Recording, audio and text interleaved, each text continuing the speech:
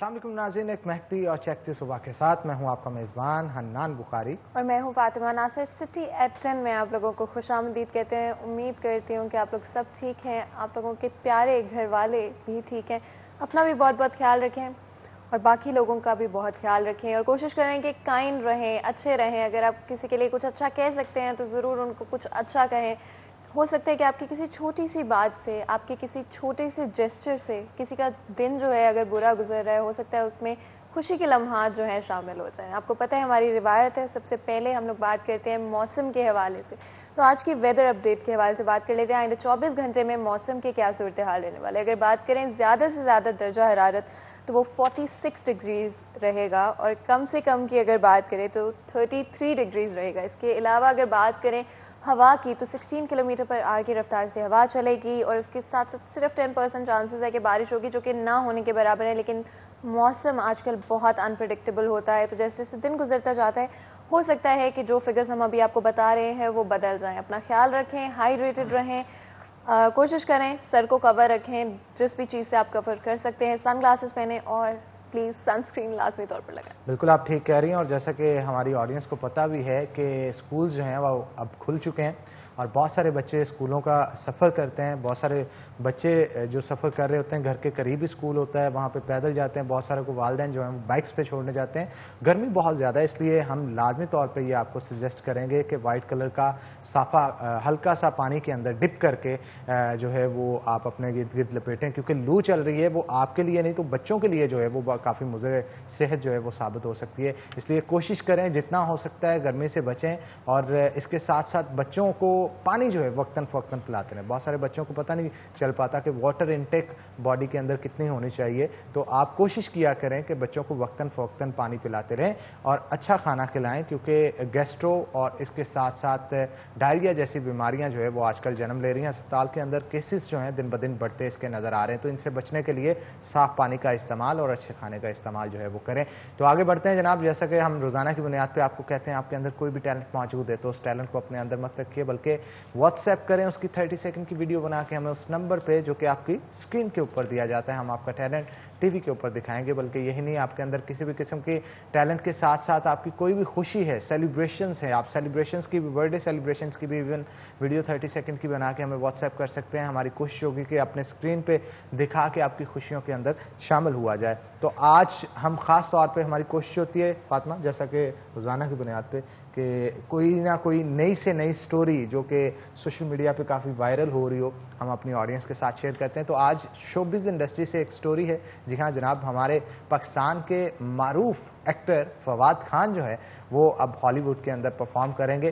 फवाद खान को हॉलीवुड की बहुत फेमस कैप्टन मार्वल की जो सीरीज़ हैं उनके अंदर कास्ट करने का कहा गया है। और इंडिया से भी कुछ एक्टर, फरहान का सुनने में आ रहा है कि उनको लिया जा रहा है। लेकिन पाकिस्तान से ख़ास तौर पे फवाद खान की अगर बात की जाए, इज़ माशाल्लाह good looking guy and very good actor. India के अंदर भी परफॉर्म कर चुके हैं, पाकिस्तान के अंदर भी बहुत सारी मूवीज़ जो है बना चुके हैं। तो अब दोनों इंडस्ट्रीज़ के बाद तीसरी बड़ी इंडस्ट्री यानी हॉलीवुड के अंदर कदम जमाने हमारे मुल्क पाकिस्तान के सपूत जो है वो जा रहे हैं। तो ये एक बहुत पॉजिटिव चीज़ है फातिमा। बिल्कुल हनान, बहुत पॉजिटिव चीज़ है। आई एम श्योर कि जिस तरह से फवाद खान ने ना सिर्फ पाकिस्तान में, उसके बाद इंडिया के अंदर दिल जीते हैं, उसी तरह से अगर वो अब हॉलीवुड में काम करने जा रहे हैं तो हो सकता है कि उसके बाद वो हॉलीवुड से भी बहुत सारे फैंस अपने लिए बना लें और बहुत सारे लोगों का दिल जीतें। And no doubt Fawad Khan एक बहुत अच्छे एक्टर हैं और IMDb के ऊपर एट द मोमेंट ये रिपोर्ट जारी की गई है, यानी कि वहाँ पे कास्ट के अंदर ये लिखा हुआ है। रिपोर्ट्स जो हैं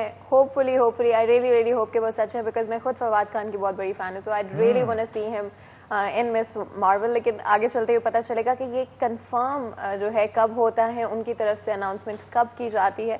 बट आई एम श्योर कि Fawad Khan is going to do a great job. इसके अलावा भी आपको पता है हनान, हमारी कोशिश होती है हमेशा कोई ना कोई positive news stories, trending news stories हम अपने शो के अंदर ऐड करते हैं। इसके अलावा अगर बात करें तो पाकिस्तान में एक्सपोर्ट्स आपको पता है ग्रो कर रहे हैं। हम लोग बहुत सारी चीज़ों में बेहतर होने की तरफ को जा रहे हैं। आई थिंक मतलब वक्त के साथ साथ चीज़ें बेहतर होती हुई नजर आ रही है। बात है कि मीट इंडस्ट्री ग्रो करेगी पाकिस्तान के अंदर। अभी तो हम लोगों ने डबल होते हुए देखा है चीज़ों को, लेकिन हो सकता है आने वाले वक्त में डिमांड और भी बढ़ जाए, जिसके बाद और भी एम्प्लॉयमेंट होगी और भी फॉरेन इन्वेस्टमेंट तक पाकिस्तान के अंदर हो सकती है इस हवाले से। तो उम्मीद करते हैं आगे चलते हुए चीज़ें जो हैं और बेहतरी की तरफ। बिल्कुल आप ठीक कह रही हैं फातिमा। एक वक्त था कि बरसगीर को, पाको हिंद को सोने की चिड़िया समझा जाता था। उसकी वजह यही होती थी कि हमारा खित्ता बड़ा ज़रखेज़ था, चाहे वो खाने के हवाले से हो, फसल के हवाले से हो या किसी भी चीज़ के हवाले से।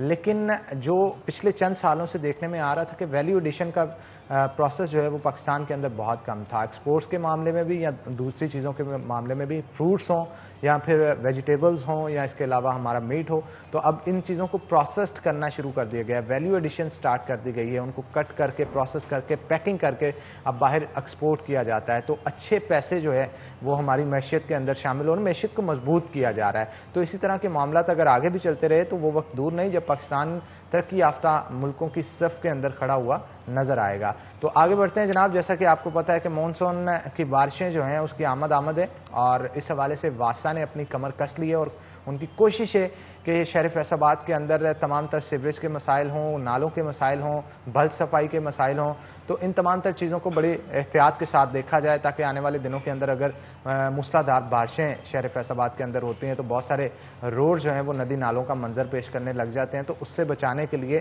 तैयारियां जारी सारी है। कहाँ तक तैयारियां पहुंची, क्या इस दफ़ा प्रोसीजर होगा, क्या स्ट्रेटजी होगी वासा की, जानने के लिए हमारे साथ मौजूद हैं हमारे बहुत ही सीनियर रिपोर्टर हैं, बड़े अच्छे तजिया निगार भी है, मेरी मुराद जनाब रमज़ान मिर्ज़ा साहब से। तो वेलकम करते हैं आपको। और इसके साथ साथ मिर्ज़ा साहब आजकल ज़रा शायर भी हैं, तो बहुत अच्छा लिख रहे हैं आजकल, वो भी सुनेंगे। लेकिन पहले वासा के हवाले से जानते हैं। मिर्ज़ा साहब, मॉनसून आ रहा है, क्या स्ट्रेटजी है वासा की? हैरान, बहुत शुक्रिया। मुझे वैसे इस बात की समझ नहीं आई, आपने कहा कि शायर हैं आजकल। हाँ, आजकल से क्या होगा? मतलब पहले मैं शायरी करता आपको देखा नहीं ना कभी, तो आपकी आजकल पोस्ट देखता हूं मैं व्हाट्सएप पे और फेसबुक पे, तो अच्छा लगता है काफ़ी। चलें, शुक्रिया। अच्छा, वासा की आपने बात की। सबसे पहले तो शहरियों के इल्म के लिए मैं यहाँ पे शेयर करना चाहूँगा कि पाकिस्तान में और पंजाब के जिस खत्ते में हम वाक़ हैं, मानसून के सीज़न को हम 15 मई से 15 जून और इसका जो दूसरा स्पेल है 15 जून से 15 जुलाई तक, यानी कि 60 दिन का ये स्पेल होता है मानसून का। और इस दौरान होने वाली बारिशों को मानसून की बारिशें जो हैं वो कहा जाता है। अच्छा, अब फैसलाबाद में अगर देखें, गुज़िश्ता 3 साल का रिकॉर्ड ये रहा है कि इन दिनों में मामूल से ज़्यादा बारिशें होती हैं। लेकिन पहली बार इस दफ़ा ऐसा नज़र आ रहा है कि जिस तरह गुज़िश्ता कई रोज़ से फैसलाबाद में बारिश का वो स्पेल नज़र नहीं आ रहा और आने वाले अभी दिनों में भी चंद दिनों में बारिश होती हुई नज़र नहीं आ रही, तो लग ये रहा है कि ये मानसून जो है ये गुज़िश्ता 3 मानसून से थोड़ा मुख्तलिफ होगा। बारिशें जो है वो उनकी तवक्को जो है वो कम की जा रही है। ताहम जिस तरह फैसलाबादी और पाकिस्तानी जो है वो बारिश का इंतज़ार कर रहे होते हैं, चंद हल्के ऐसे होते हैं जो इन बारिशों से मुतासिर होते हैं, जिनमें ऐसे शोबे जो कि ऐसी प्रोडक्ट्स तैयार करते हैं जो नॉर्मली गर्मी में इस्तेमाल होती है, वो बर्फ़ के गोले हों, वो इसके साथ साथ आइसक्रीम हो या इसी तरह की चीज़ें, या बर्फ़ के कारखाने, आइस फैक्ट्रीज़ जो हैं, उनको बारिश से थोड़ा सा मतलब कोई मोहब्बत नहीं होती। वो सोच रहे होते हैं कि ये भाई ना ही हो सारा सीज़न। इसी तरह वासा हुकाम भी चाह रहे होते हैं कि भाई गर्मियों में बारिश तो ना ही हो तो अच्छा है। उसकी वजह यह है कि एक तरफ जो अफसरान हैं उनकी कामचोरी नज़र आती है हमें, और दूसरी तरफ मसाइल और वसाइल की जंग जो है वो तो हमेशा जारी रहती है। जो सवाल था आपका कि इस सीज़न में किस हद तक तैयारियां बेहतर हैं, ओवरऑल वासा की इस वक्त बॉडी लैंग्वेज तो ये नज़र आ रही है कि तैयारियां जो हैं वो कदरे बेहतर हैं।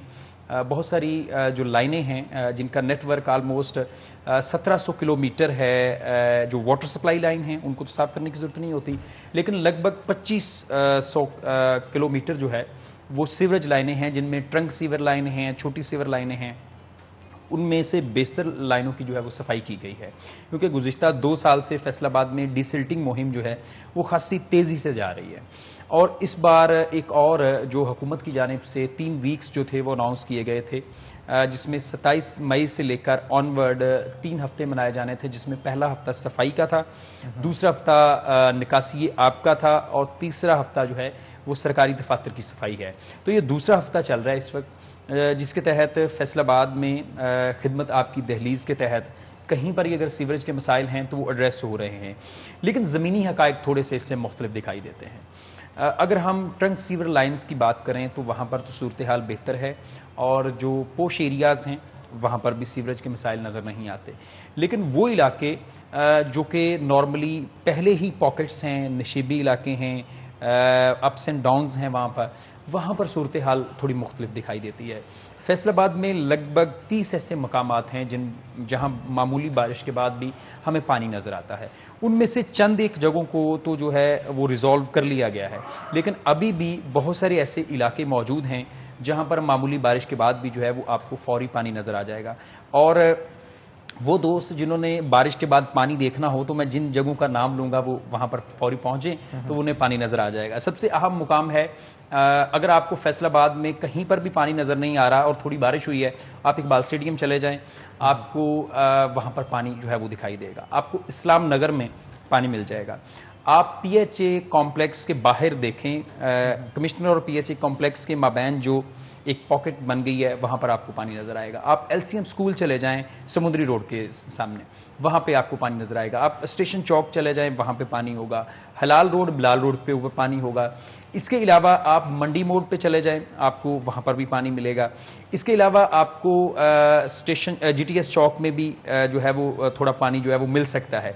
इसके अलावा आप नड़वाला रोड में जो है वो मुख्तलिफ ऐसे मकामात हैं, बड़ा कब्रिस्तान के सामने पानी मिल जाएगा। आपको जो गुजर बस्ती है वहां पर पानी मिल जाएगा। आपको जेल रोड से मुल्हिका कुछ इलाकों में पानी मिल जाएगा। इसके अलावा भी बहुत सारे ऐसे इलाके हैं जहां पर मामूली बारिश के बाद भी पानी नजर आता है।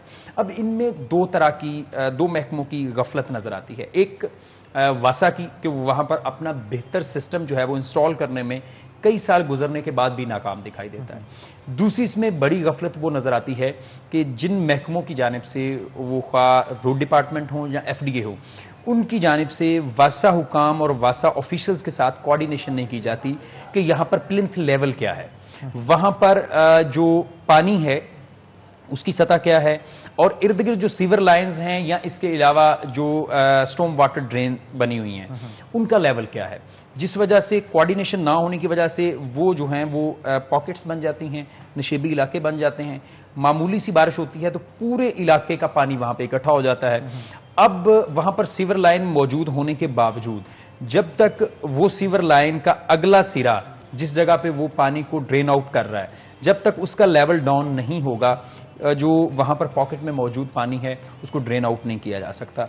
अच्छा, अब दिलचस्प बात यह है कि शायद फैसलाबाद में चंद लोग ये बात जानते हों कि जब इकबाल स्टेडियम बनाया जा रहा था तो उसके साथ भी एक वेल जो है बनाया गया, जिसका बुनियादी तौर पर मकसद ये था कि जितना भी इकबाल स्टेडियम के इर्द गिर्द मौजूद पानी है उस कुएं में आ जाएगा और जो ही स्पेस मिलेगी उसे वहां से ड्रेन आउट कर दिया जाएगा।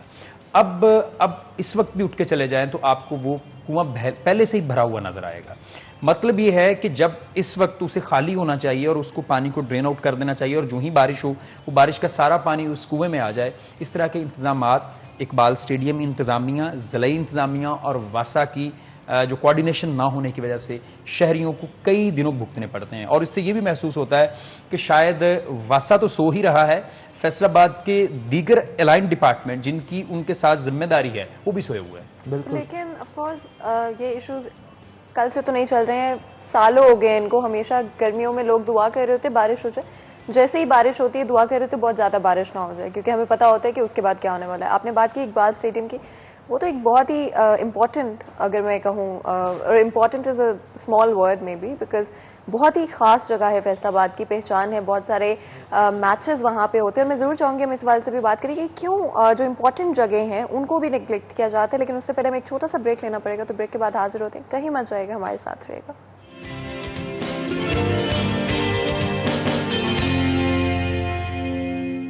वेलकम बैक सिटी एट 10 में आपको एक दफ़ा फिर खुशामदीद करते हैं। हमारे साथ हमारे reporter, senior reporter Ramzan Mirza मौजूद हैं, जिनसे हम गुफ्तगू कर रहे थे फैसलाबाद के दीगर मसाइल के हवाले से। स्पेशली मानसून आ रहा है और बारिश जो है वो दिन ब दिन, आपको पता है कि मानसून का सीज़न है, कभी भी बारिशें जो हैं वो शुरू हो जाएंगी, जिसके बाद सीवरेज के इश्यूज़ हो गए या डिफरेंट तरह के जो इश्यूज़ हैं, सड़कें ब्लॉक हो जाना, वो सामने आने लग जाएंगे। तो मैं चाहती हूँ कि हम बात करें स्पेशली इकबाल स्टेडियम के हवाले से, बिकॉज और जगहों पे तो मसले हैं ही हैं, बट इकबाल स्टेडियम एक बहुत ही इंपॉर्टेंट जगह है फैसलाबाद की, गुजरने का भी रास्ता है वो कई जगहों के लिए। तो उस जगह को क्यों अभी तक कोशिश नहीं की जा रही कि बेहतर किया जाए? गवर्नमेंट के क्या इश्यूज हैं, क्यों इन इश्यूज को आगे नहीं लाया जाता? हमारा हमेशा से ही मसला रहा है कि हमारे पास वसाइल की कमी है, पैसे नहीं है। हालांकि ऐसा कुछ भी नहीं है, वहां पर बहुत थोड़े पैसों से जिस वेल की मैं बात कर रहा हूँ, ड्रेन वेल की, उसको फौरी जो है वो फंक्शनल किया जा सकता है। और इस हवाले से वासा ने अपनी जो फिजिबिलिटी रिपोर्ट है वो भी सबमिट करवाई है, लेकिन अभी तक उसके ऊपर कुछ नहीं हो सका। और मुझे लग रहा है कि इस बार भी वहाँ पर सिर्फ पानी ही पानी नजर आएगा। और फातिमा, मैंने जिन जगहों की बात की है, जिनके नाम मैंने लिए हैं, वो सारे के सारे ऐसे एरियाज हैं जहाँ पर रोज़ाना हज़ारों लाखों अफराद ने आना जाना है, गुजरना है, और ये मेन पॉइंट्स हैं। बारिश के बाद यकीन करें मैं देखता हूं कि जो PHA का स्टाफ है वो किस तरह उस पानी से होके गुजरता है, और हमें उस बात का बड़ा बखूबी अंदाज़ा है। इसके अलावा LCM स्कूल और मंडी मोड़ के इलाके हैं, वहां पर पानी जो है वो घुटनों तक पहुंच जाता है। और कुछ रेजिडेंशियल कॉलोनीज भी हैं फैसलाबाद के अंदर जहां पे घर से बाहर निकलना मुश्किल है, घर से बाहर। और कुछ ऐसे पेरिफेरी में ऐसे इलाके, इलीगल कॉलोनीज इस वक्त भी मौजूद हैं जहां पर आप घर में वहां पे दाखिल नहीं हो सकती। मामूली बारिश क्या, वैसे भी वहां पर जो ही गर्मियों में पानी का इस्तेमाल बढ़ जाता है, वहां पर पानी ही पानी हमें दिखाई देता है। इसके अलावा हमें ये भी नजर आता है कि कुछ अफसरान की नाअहली भी है कि वो उसको जिम्मेदारी समझकर ना उसको अदा करते हैं। इसके अलावा हमें लैक ऑफ प्लानिंग भी नजर आती है कि सिस्टम वही है, वासा की कैपेसिटी वही है पिछले कई सालों से, लेकिन जिस तरह पॉपुलेशन बड़ी तेज़ी से बढ़ी है और कॉलोनीज की मशरूम ग्रोथ हुई है, वो सारी की सारी लाइनें जो हैं वो सीवरेज की हों या पानी की हों, वो पहले से ही एग्जिस्टिंग सिस्टम के साथ जो है उनको अटैच किया जाता है। बिल्कुल। और आने वाले दिनों में हम ये भी उम्मीद करते हैं कि मामला जो है वो मजीद बेहतरी की तरफ जाएंगे, स्ट्रेटेजी कोई ना कोई वासा की तरफ से अपनाई जाएगी। मिर्ज़ा साहब, यहाँ पे मैं गुफ्तगू ये भी करना चाह रहा था कि शहर फैसलाबाद के अंदर बहुत सारी बिल्डिंग्स ऐसी हैं जो कि खस्ता हाल में मौजूद हैं। आप फ्लैट्स को ले लें जो कि मदीना टाउन में मौजूद हैं, गुलाम अहमदाबाद में मौजूद हैं, वो भी बड़ी खस्ता हाल में मौजूद हैं। अगर खुदा ना खास्ता कोई हादसा होता है तो कीमती जाने का भी खतरा मौजूद है। गवर्नमेंट की तरफ से क्या स्ट्रेटजी है, किस तरह से एनालाइज करती है वो किसी बिल्डिंग को कि अगर इतनी खस्ता हाल होगी तो इसे डिमोलिश कर दिया जाएगा, और अगर नहीं है तो इसको रिपेयर किया जा सकता है और ज़्यादा देर चलाया जा सकता है? क्या स्ट्रेटजी बनाई गई है, और क्या शहर में कुछ बिल्डिंग्स को गिराने के भी अहकाम जारी हुए हैं जो अब तक इम्प्लीमेंट नहीं हुए? हन्नान, इस तरह है कि गुज़िश्ता कई सालों से हर साल मानसून के दौरान ये किया जाता है कि सर्वे मजमूई तौर पर शहर का किया जाता है, और इस बार भी ज़िला इंतज़ामिया की जानिब से हुकूमत पंजाब और जो PDMA की जानिब से एक हदायतनामा जारी किया गया था, उसके तहत फैसलाबाद भर में जितनी भी ऐसी इमारतें मौजूद हैं उनका सर्वे किया जाएगा। जो गुज़िश्ता सर्वे फरवरी 2020 में करवाया गया था, उस सर्वे के मुताबिक फैसलाबाद में लगभग 500 ऐसी इमारत मौजूद हैं, जिनमें से कोई 10 ऐसी इमारतें हैं जिनको मुरम्मत भी नहीं किया जा सकता। उनमें से कोई 2 से 3 इमारतें घंटाघर के अतराफ में मौजूद हैं। मटगमरी बाजार में आप चले जाएं तो मुस्लिम लीग हाउस की एक जगह मौजूद है जो कि उसकी मतरूका वक्फ इमलाक की ज़मीन है, और उसकी नीलामी के लिए भी उसको रखा गया था। इसके अलावा बहुत सारी ऐसी सरकारी और निजी इमारतें फैसलाबाद की हदूद में मौजूद हैं। जिन फ्लैट्स की आप बात कर रहे हैं, फैज़ाबाद के जो फ्लैट्स हैं और इस्लाम नगर में जो सबसे जो खस्ता हाल फ्लैट्स हैं इस वक्त फैज़ाबाद के हैं, जिनकी उसके बाद रिपेयरिंग एंड मेंटेनेंस भी नहीं हो सकी। ये 80s में बनाए गए थे, लगभग आप समझ लें कि 40 साल होने के करीब हैं, और वहाँ पर आप देखते हैं जाके कि वो नाले के एक किनारे पे बने हुए हैं, और वो किसी वक्त भी जो है वो एक बड़ा ख़तरा जो है वो बन सकते हैं।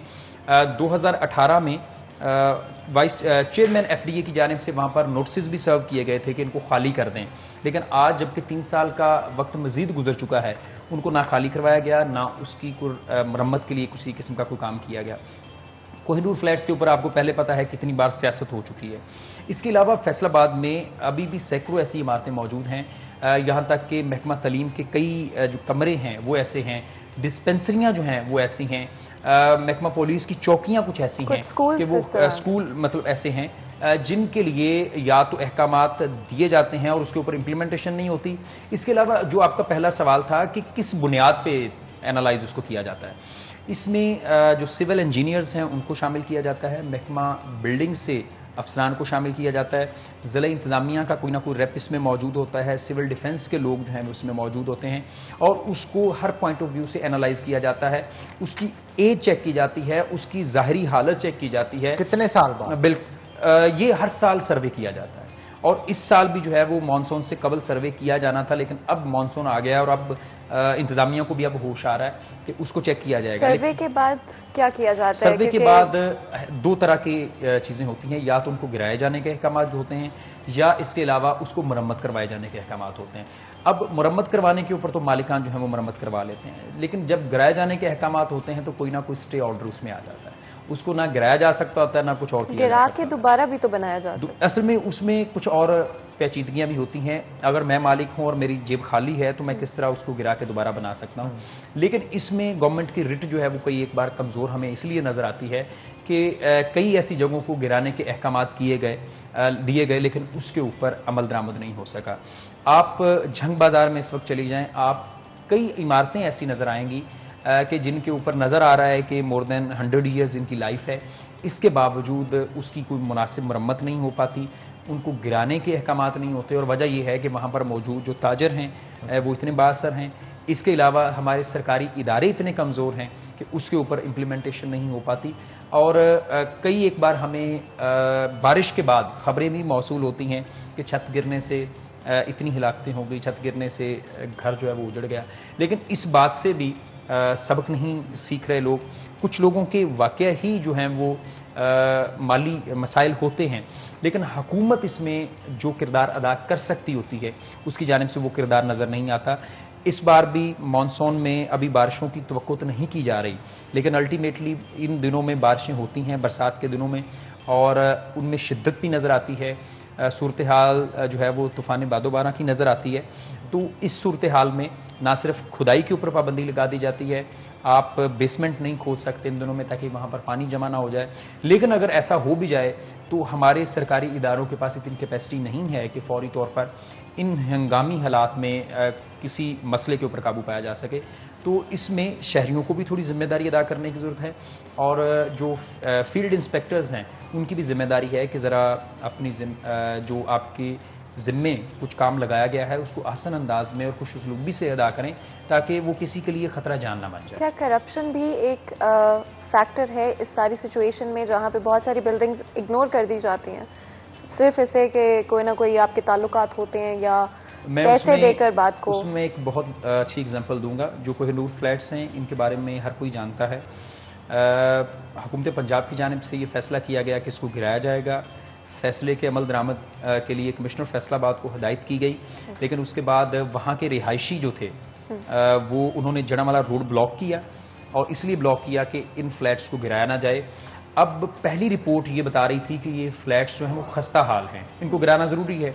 अच्छा, अब जबकि एक नई कमेटी तश्कील दी गई, नई कमेटी ने सूरत हाल का वहाँ पर जाके जायज़ा लिया और फिर उसके बाद रिपोर्ट ये कंपाइल हुई कि इसको गिराया नहीं, मरम्मत किया जा सकता है।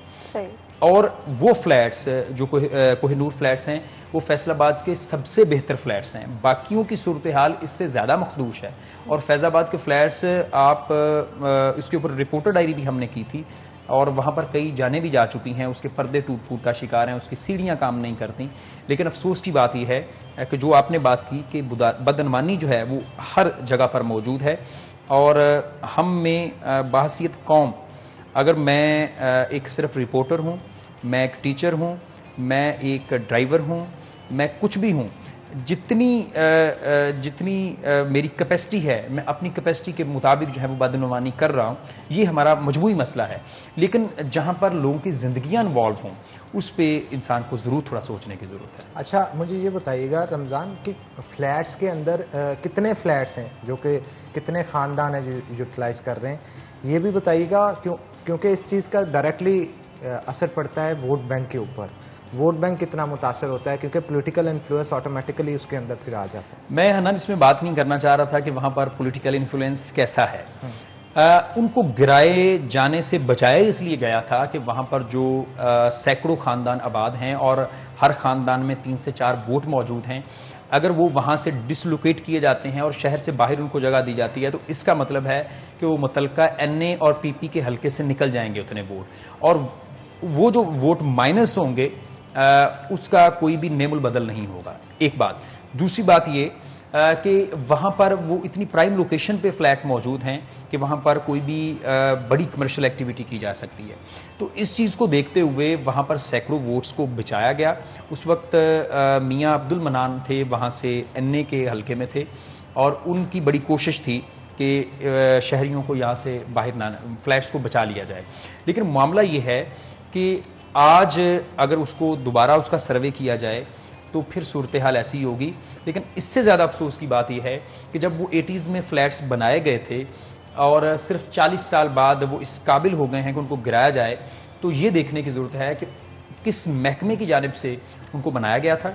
उसमें मटेरियल क्या 40 साल बाद जो है वो बिल्कुल इस हालत में पहुंच जाता है वो तो सैकड़ों साल पुरानी बिल्डिंग्स लग रही हैं। आप यकीन करें, बहुत सारी बिल्डिंग्स घंटाघर के तरफ में ऐसी मौजूद हैं जो मोर देन 60 ईयर्स इनकी लाइफ है, और वो मजीद 10 से 20-30 साल भी निकाल लेंगी। लेकिन ये फ्लैट ना सिर्फ मुतलका हुकाम की कारकर्दगी के ऊपर सवालिया निशान है, बल्कि ये भी नजर आ रहा है कि अफराद की लाइफ को, जिंदगी को जो है वो खतरे में डाल के मुतलका इदारे बिल्कुल खामोशी से बैठे हुए हैं और उसमें अपनी कोई भी जिम्मेदारी अदा नहीं कर रहा।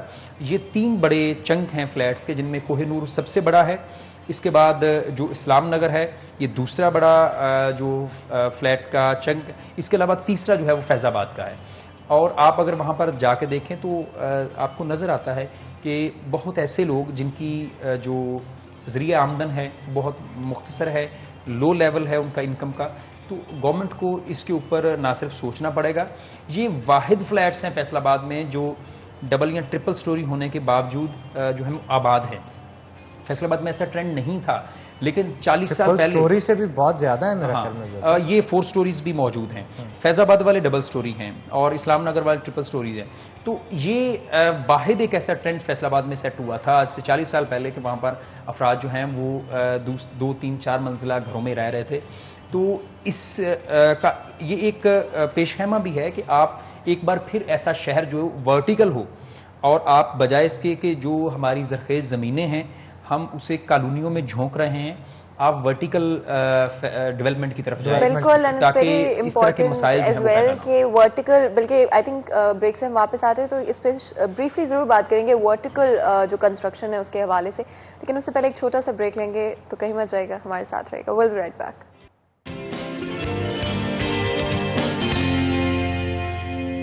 वेलकम बैक नाज़रीन, ब्रेक के बाद खुश आमदीद। रमज़ान मिर्ज़ा हमारे साथ मौजूद है, मज़ीद गुफ्तगू उनके साथ करते हैं। मिर्ज़ा साहब, वर्टिकल बिल्डिंग्स के हवाले से गुफ्तगू की जा रही थी और ये हमारे शहरों की अशद ज़रूरत भी समझी जा रही है। मेगा सिटीज़ जितने भी देखी जाएँ, कराची में तो ये कॉन्सेप्ट किसी हद तक मौजूद है, लाहौर और फैसलाबाद में नज़र नहीं आता क्योंकि वो पाकिस्तान का 2nd and 3rd largest city जो है वो कंसिडर किया जाता है। तो यहाँ पे इस चीज़ की कितनी ज़रूरत है और इंतज़ामिया इस पर इम्प्लीमेंटेशन करवाती नज़र क्यों नहीं?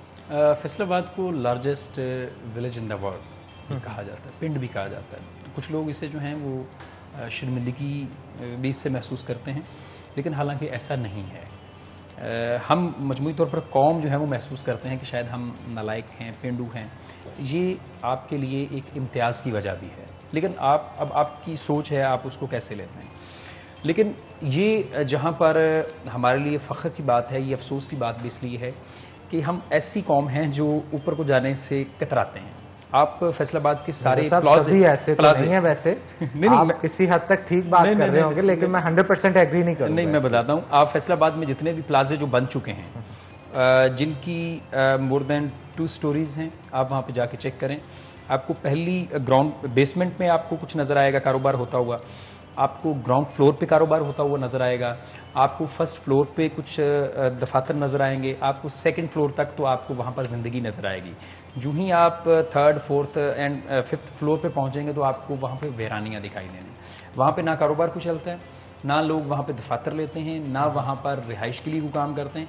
ये अजीब सा ये ट्रेंड है फैसलाबाद के अंदर। लेकिन डरने की वजह भी है, बिकॉज अभी हम थोड़ी देर पहले यही बात कर रहे थे कि कितनी डेंजरस जो है बिल्डिंग्स है। बहुत बड़ी वजह है, लेकिन अब वहां पर जब उसको डिजाइन किया जाता है तो वहां पर जो लिफ्ट रखी जाती है वो एक आधी रखी जाती है और वो भी अक्सर खराब होती है, जिस वजह से लोग जो हैं वो सीढ़ियों का चक्कर काटने से जो है वो कतराते हैं। दुबई में तो इवन बिल्डिंग्स जो हैं, फ्लैट जितना ऊपर जाता जाता है महंगा होता जाता है। लेकिन पाकिस्तान और उसमें फैसलाबाद वाहिद एक ऐसा शहर है जहां पर ऐसा ट्रेंड सेट नहीं हो सका। आप अभी भी जाके देख लें, इवन कि आप डी ग्राउंड जाके देख लें, आप कोहिनूर जाके देख लें, और इसके अलावा जितने भी आपके पोश एरियाज हैं वहां पर आपको जो है वो ऐसी टावर्स जो नजर आते हैं, वहां पर आपको जो आप ऊपर जाएं आपको वैरानी दिखाई देना शुरू हो जाएगी। और लिफ्ट की आप बात कर रहे थे, लिफ्ट्स एक्चुअली कई जगहों पे हैं लेकिन बहुत ही खराब लिफ्ट्स हैं, इतनी डेंजरस हैं कि आप उनके अंदर जाना नहीं चाहते क्योंकि कई दफा वो स्टक भी हो जाती हैं। कई किस्से भी सामने हैं जहां पे एस्केलेटर में एग्जैक्टली। अच्छा, अब मामला ये है कि जो साबिक डायरेक्टर जनरल FDA थे मोहम्मद सुहेल ख्वाजा, उन्होंने एक आइडिया शेयर किया कि हम इस शहर को वर्टिकल जो है वो ग्रोथ देंगे, और इस बात का उन्होंने इजहार जो है वो मास्टर प्लान की प्लानिंग के दौरान किया, और इसको 23 मार्च को उन्होंने लॉन्च करना था। इसका पहला जो ड्राफ्ट था वो लोगों के साथ शेयर करना था, और बाकायदा फैसला हो जाना था कि मास्टर प्लान के तहत क्या क्या होने वाला। लेकिन अफसोस की बात यह है कि जो डेवलपमेंट का बुनियादी इदारा FDA है, उसकी जानिब से ही जो है वो ना तो मास्टर प्लान का पहला ड्राफ्ट सामने आ सका, ना ही इसके ऊपर हमें ये नजर आ रहा है कि मास्टर प्लान की कोई हतमी शक्ल हमें नजर आ रही है, जिससे नजर ये आ रहा है कि फैसलाबाद में बेहंगम तरक्की जो है वो जारी रहेगी। कॉलोनीज की शक्ल में जो हमारी लाखों एकड़ अराजी है वो कॉलोनियों की नजर हो जाएगी। हमारी जो एग्रीकल्चर लैंड है वहां पर हमारे घर होंगे, हमें गंदम जैसे मसाइल का सामना करना पड़ेगा। तो ये वक्त की हनान अशद जरूरत है कि आप वर्टिकल ग्रोथ के ऊपर चले जाएं। अच्छा मिर्जा साहब, रमज़ान बाज़ारों के हवाले से आप क्या कहोगे? मौजूदा वक्त के अंदर क्या वो बाज़ार प्रॉपर वर्किंग करते हुए नजर आए? कुछ इश्यूज भी बिल्ड हुए थे जो कि रमज़ान के अंदर, और अब वो उभर के सामने आ रहे हैं। कौन कौन से इश्यूज हैं, इस हवाले से जरा तफसील से आप बता सकते हैं? अच्छा हनान, ये एक बड़ा दिलचस्प मामला है कि जब पहले दिन रमज़ान बाजार लगाया जाता है तो वहां पर आपको कुर्सियां भी 25-30 नजर आती हैं, कुछ 40 कुर्सियां भी नजर आती हैं, 8-10 सोफे भी नजर आते हैं। अच्छा, अब वो दूसरे तीसरे रोजे तक तो वहां पर होती हैं, उसके बाद वो अचानक गायब होना शुरू हो जाती हैं। वहां पर चौकीदार भी एक रह जाता है, वहां पर आपको सोफा भी एक आध नजर आता है, टेबल भी एक आध नजर आता है। जो ही 27वां 28वां रोजा होता है वो सामान दोबारा वापस वहां पे पहुंच जाता है। और अगर आपने वहां पर थ्रू आउट रमजान वहां पर 2 सोफे रखे हुए थे तो आखिरी 2-3 दिन में आपको नजर आएगा कि वहां पे कुछ 6 से 8 सोफे पड़े हुए हैं। अगर आपने कुर्सियां रेंट के ऊपर 10 दी हुई थी तो आखिरी 2-3 रोजों में आपको नजर आएगा कि वहां पे कुछ 40-50 कुर्सियां हैं। शामियाना अगर पहले एक लगा हुआ है तो आखिरी अशरे में नजर आना शुरू हो जाता है कि भाई ये तो जहां जहां तक नजर दुड़ाएं वहां पर साया ही साया है, पार्किंग के ऊपर साया है। जो बाहर आप मोटरसाइकिल भी खड़ी करनी है आपने तो उसके ऊपर भी आपको जाली नजर आती है। इसके अलावा आपको यह भी नजर आता है कि जो भी सामान किराए पे लिया गया था उसकी मिकदार जो है वो बढ़ जाती है। मार्केट में अगर एक शामियाने का एक दिन का किराया जो है वो 500 रुपए है, तो जब सरकारी रेट बनता है तो वहां पर उसी शामियाने का किराया जो है वो 1000 रुपए तक चला जाता है। ये पिछले कई सालों से हो रहा था, और जो लिस्ट बन जानी उसी के ऊपर साइन होने और उसी के मुताबिक अदायगी हो जानी, और ये लाखों नहीं करोड़ों रुपए बनते हैं जो शामियाने रेंट पे लिए जाते हैं। कुर्सियां, सोफे और इस तरह का सामान जो है वो रेंट पे लिया जाता है। इन्वॉल्वमेंट किसकी होती है, इन्वॉल्वमेंट या कारपोरेशन? इन्वॉल्वमेंट जो है वो कारपोरेशन एक बुनियादी। इसके अलावा वहां पर जो मौजूद रमजान बाजार का इंचार्ज है वो पैसे लेके उसके ऊपर साइन कर देता है कि भाई इतना सामान आया है, या वो लाइलमी में साइन कर देता है। ये दोनों जो है वो पॉइंट मौजूद हैं। लेकिन इस बार ऐसा हुआ है कि इस मामले के ऊपर जब जिला इंतजामिया को आगाह किया गया कि भाई आपको चूना लगाने की कोशिश की जा रही है, तो उन्होंने कान खड़े किए और इसके ऊपर बाकायदा अब इंक्वायरी हो रही है। इसके साथ साथ जो रमजान बाजार के इंचार्जेस हैं उनको हदायत कर दी गई है कि भाई आपके पास जितना सामान मौजूद था उसी की फहरिस्त जो है वो हमारे साथ शेयर करें, और अगर मुतलका ठेकेदार आपको कोई फहरिस्त शेयर करता है और उसमें उस लिस्ट में वो सामान मौजूद नहीं जो आपको चाहिए नहीं था, तो आपने उसके ऊपर दस्तखत नहीं करने। और यहां तक कि कुछ रमजान बाजार के इंचार्जेस ने यह भी बताया कि ठेकेदार की जानिब से यह कहा गया कि वो शामियाने जो है वो ले ले, उन्होंने कहा हमें जरूरत नहीं आए हुए नहीं, ले लो जे, और वो ले लिए गए। चूने की बोरियां भी आई हुई हैं और अब ये ले लें। सोफे हमें नहीं चाहिए, नहीं भी आए हुए तो अब आप ले लें। पंखे तो हमें चाहिए ही नहीं है, नहीं वो थोड़े पंखे 2-4 और लगा लें। कुर्सियां सारा दिन खाली पड़ी रहती हैं, चीनी लेने वालों की तादाद जो है वो इतनी इस बाजार में नहीं है, नहीं आ गई हैं अब तो उधर गई हैं, पई रहने दो। इस तरह की बातें जो है वो सुनने को मिली। अब इंतजामिया ने ये चालाकी की इस दौरान कि जितने भी रमज़ान बाजार थे उसमें मौजूद जो सामान था उसका पिक्टोरियल एविडेंस भी ले लिया और उसकी वीडियोस भी बना ली। इसके साथ साथ जो सिटी 41 की जानिब से भी कुछ वीडियोस बनाई गई कुछ रमज़ान बाज़ारों में, और कुछ सब स्टैंडर्ड चीज़ों की कुछ जो इंतज़ामात में कुछ ऐसी हमें नज़र आ रही थी कि मेल प्रैक्टिस नज़र आ रही थी, उसको भी उन्होंने देखा। अब उस रोशनी में ये फैसला हुआ है कि जब तक 100% एविडेंसेस नहीं मिल जाते कि कितना सामान आया था, कितना इस्तेमाल में रहा और कितना वापस किया गया, तब तक इंतजामिया जो है वो अदायगी नहीं करेगी। अब इसके साथ ये भी हो रहा है कि दिन के वक्त भी 4 चौकीदार रमज़ान बाजारों में लगे हुए थे कि भाई वहां पे चौकीदार क्या कर रहे थे दिन के वक्त में, रात के वक्त में सामान चोरी ना हो जाए तो इतने जो है वो चौकीदार दिए गए थे। अब इसमें ज़िला इंतजामिया और असिस्टेंट कमिश्नर सिटी जो है वो खुसूसी तौर पर देख रहे हैं, और जब तक ये मुसद्दिका कॉपियां, फहरिस्तें या लिस्टें जो हैं इंतजामिया को मौसूल नहीं होती कि उसमें वहां पर मौजूद तमाम इंचार्जेस जो हैं वो भी साइन करेंगे, उसके बाद जो है वो ठेकेदारों को अदायगियां जो हैं वो की जाएंगी। और वो ठेकेदार जिसकी कॉरपोरेशन के साथ नहीं बनती वो मुझे ये भी लगता है कि शायद अदायगी से या वसूली से महरूम रह जाएगा। बिल्कुल, और ये बड़ा इंपॉर्टेंट इशू है जो कि आज आई थिंक हम हाईलाइट कर पाए। रमज़ान बाजार ऑफ कोर्स उम्मीद तो यही होगी कि अगले साल हम लोग बेहतर तरीके से चीज़ों को मैनेज कर सके। बहुत बहुत शुक्रिया अदा करते हैं रमज़ान मिर्ज़ा का, उन्होंने ज्वाइन किया हमें इस सेगमेंट में। इसी के साथ एक छोटा सा ब्रेक लेंगे, ब्रेक के बाद हाजिर होंगे। कहीं मत जाएगा, हमारे साथ रहेगा।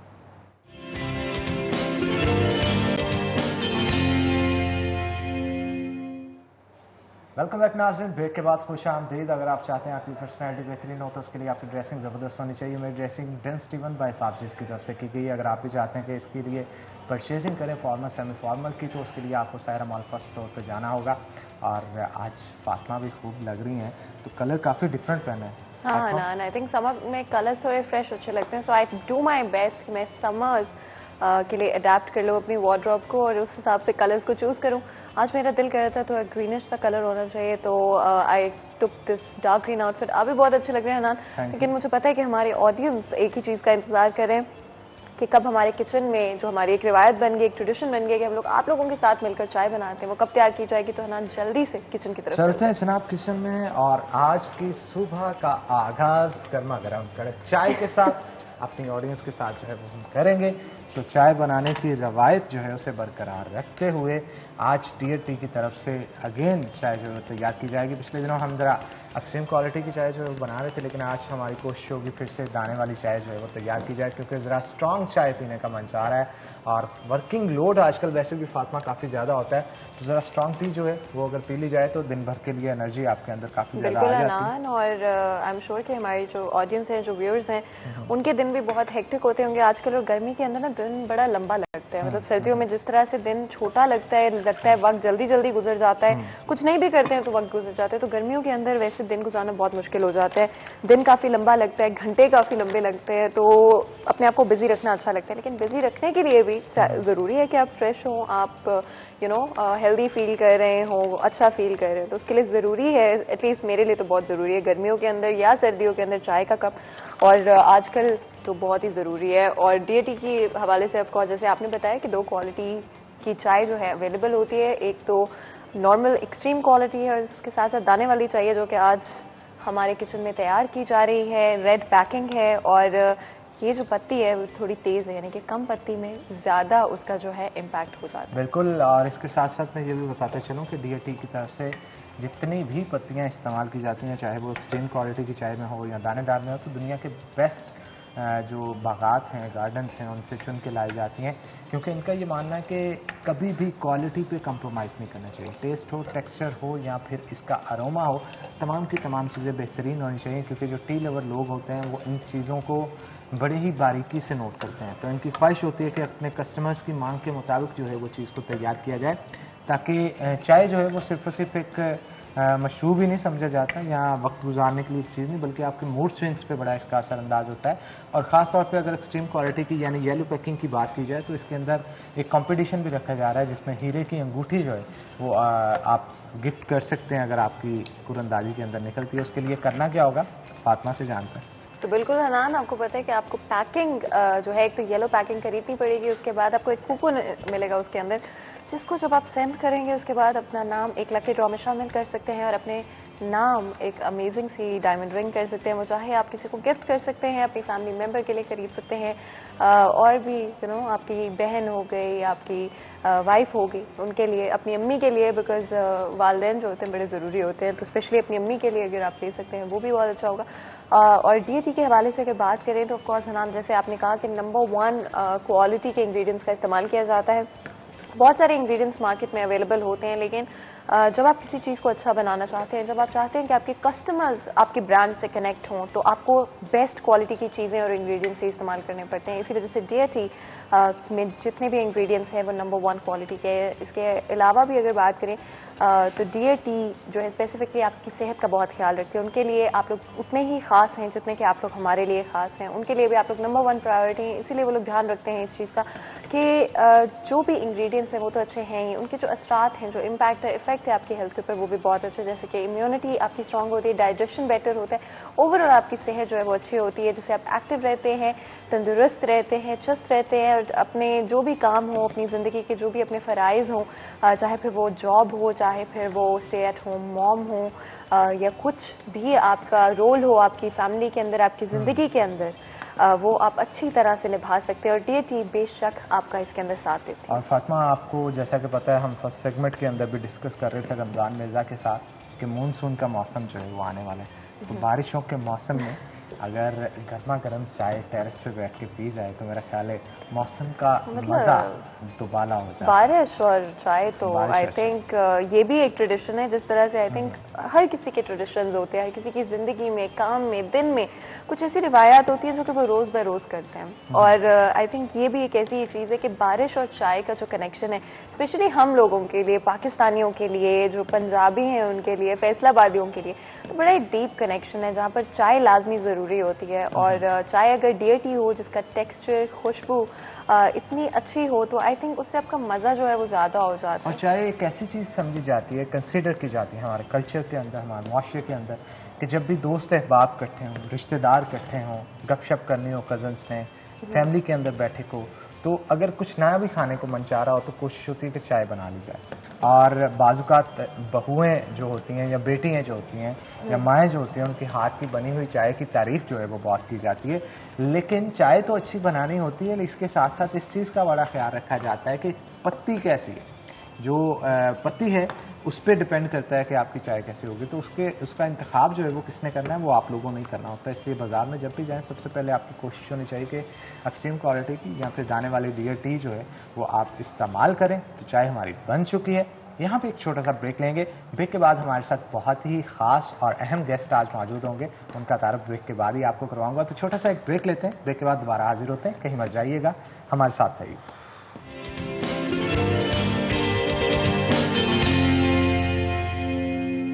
वेलकम बैक नाज़रीन, ब्रेक के बाद खुश आमदीद। ब्रेक के बाद हमें बहुत ही अहम पर्सनैलिटी है हमारे शहर फैसलाबाद के, एक बड़ी ऑफिसर हैं, मेरी मुराद साइमा आफ्ताब साहिबा से, जो कि कस्टम कलेक्टर है। तो आपको वेलकम करते हैं मैडम शो के अंदर। बहुत शुक्रिया, आपने आज कीमती वक्त हमारे लिए निकाला। बहुत शुक्रिया। पहले तो ये बताइएगा, ठीक ठाक है आप? जी अल्हम्दुलिल्लाह। तो मैडम ये बताइएगा, इल्मो अदब के साथ भी आपका बड़ा गहरा ताल्लुक है, और अक्सर मैंने सीएसएस ऑफिसर्स को जितने भी इंटरव्यूज़ किए हैं यहाँ पे, और बहुत सारों को वैसे भी जिनको मैं जानता हूँ, तो ये देखता हूँ कि किताब के साथ मोहब्बत जो है, जो वाबस्तगी उनकी देखने को मिलती है, वो काफ़ी ज़्यादा होती है। ऐसी क्या बात होती है? मेरा ख्याल है किताब का ताल्लुक बाशऊर होने के साथ है, शऊर हासिल करने के साथ है। और सीएसएस के लिए आपको जो है लामहला किताबें पढ़नी पड़ती हैं, और वो एक आदत आपके अंदर डेवलप हो जाती है, और उसके साथ किताब का ताल्लुक मुसलसल रहता है। और हम लोगों का ताल्लुक जिस नौकरी से है, और आई एम श्योर सीएसएस में जितने भी महकमे हैं वो सब किसी कानून के तहत काम करते हैं, तो किताबों से हमारा रब्त जो है वो नौकरी कर सीएसएस पास होने के बाद नौकरी के दौरान भी रहता है। तो किताबों की आदत ज़रूर मेरा ख्याल है कि एक सिविल सर्वेंट की ज़िंदगी का हिस्सा है, और हमें बहैसियत कौम भी किताबों की कदर करनी चाहिए और इल्म की कदर करनी चाहिए। और मैं समझती हूँ कि स्पेशली वुमेन एम्पावरमेंट जो है वो बहुत ज़रूरी है हमारी सोसाइटी के अंदर। और मुझे बहुत खुशी होती है, प्राउड फील होता है कि पाकिस्तान के अंदर अब बढ़ चढ़कर औरतें हर फील्ड के अंदर आगे आ रही हैं, कदम से कदम मिलाकर अपना निशान जो है, अपनी एक मौजूदगी जो है वो साबित कर रही हैं, जाहिर कर रही हैं कि औरतें किसी से कम नहीं हैं। मैं उस सवाल से भी चाहूँगी कि आपका एक्सपीरियंस सिविल सर्विसेज के अंदर एज अ फीमेल कैसा रहा? वेलकमिंग लगा आपको अगर आप कुछ अल्फाज कह सकें बहुत सारी लड़कियों के लिए जो शायद सोच रही हों कि हम CSS करना चाहते हैं, तो आप क्या कहेंगे उनको इनकरेजमेंट के लिए? क्या लफ्ज़ जो आप CSS मेरा ख्याल है कि बहुत अच्छी जॉब है ख़वातीन के लिए। इसमें कोई ऐसी जेंडर की तखसीस नहीं है कि मर्दों के लिए अच्छी नहीं है, लेकिन मेरी जो सर्विस जैसे कस्टम्स में मैंने ज्वाइन किया, मेरे फादर भी DMG ऑफिसर थे और मेरे फादर के साथ भी DMG में ख़वातीन थी। इसी तरह जब मैंने कस्टम्स में ज्वाइन किया तो खसूसी तौर पे मुझे बहुत ज़्यादा, जैसे आप कह रहे हैं कि एक वेलकम का माहौल मिला, वो इसलिए कि हमारी सीनियर बहुत सी ऑफिसर्स लेडी ऑफिसर्स थीं और उन्होंने महकमे में एक ये कल्चर जो है हमसे हमारे आने से पहले एक इस्टेब्लिश था कि यहाँ ख़वातीन ऑफिसर्स होंगी और वो काम करेंगी, और उन्होंने बहुत अच्छा काम किया और बहुत इज्जत कमाई महकमे में। इसकी वजह से हमारा रास्ता बहुत हमवार था। जब हमने ज्वाइन किया तो हमारे लिए ये ऐसी कोई मुश्किलात का सामना नहीं था, बल्कि हमें महकमे ने बहुत वेलकम किया। आपके मैं नॉलेज में ये भी इजाफा करूं कि मैडम परवीन शाकिर जो हैं वो भी कस्टम्स के महकमे से थी और इस वजह से मतलब बहुत सीनियर ऑफिसर्स हमारे से पहले आती रहीं। और जो आपने बात की वुमेन एम्पावरमेंट की, मैं ये कहूँगी कि ये तो एक ख़वातीन का उसी तरह बुनियादी हक है जैसे कि किसी के भी इंसानी हकूक़ की बात हम करें तो ख़वातीन के हकूक़ इंसानी हकूक़ से कोई हटकर तो नहीं है। तकरीबन वही चीज़ें हैं जो हम एज अ वुमेन डिमांड करते हैं, जो कि एक ह्यूमन राइट्स होते हैं। तो उसमें एम्पावरमेंट भी है, उसमें जॉब की आज़ादी है, आपकी चॉइसेस की आज़ादी है। तो वो मेरा ख्याल है कि ये बहुत अच्छी बात है कि अगर एक सोसाइटी में इस चीज़ की एक्सेप्टेबिलिटी जो है वो बढ़ रही है। अच्छा मैडम, मेरी इतलात के मुताबिक फर्स्ट कॉमन से आपके फादर जो है वो पास आउट हुए थे और ऑफिसर बने, तो एक इंस्पिरेशन होता है हर एक की लाइफ में कोई ना कोई। आपके लिए इस फील्ड में आने के लिए या फिर इससे हट के जो मुस्तकबिल, जो फ्यूचर, जो एम्स इंसान ने अपनी लाइफ में सेट किए होते हैं, आपकी इंस्पिरेशन कौन था? इंस्पिरेशन तो एक कोई पर्टिकुलर पर्सन एज सच नहीं मैं कह सकती। फादर जहाँ तक आप कह रहे हैं वो जाहिर है सबसे बड़ी इंस्पिरेशन तो वो थी कि उनकी जो दो बड़ी एक लाइफ में उनकी हिस्सा थी चीज़ें, सिविल सर्विस और शायरी, दोनों मेरे पास मौजूद हैं।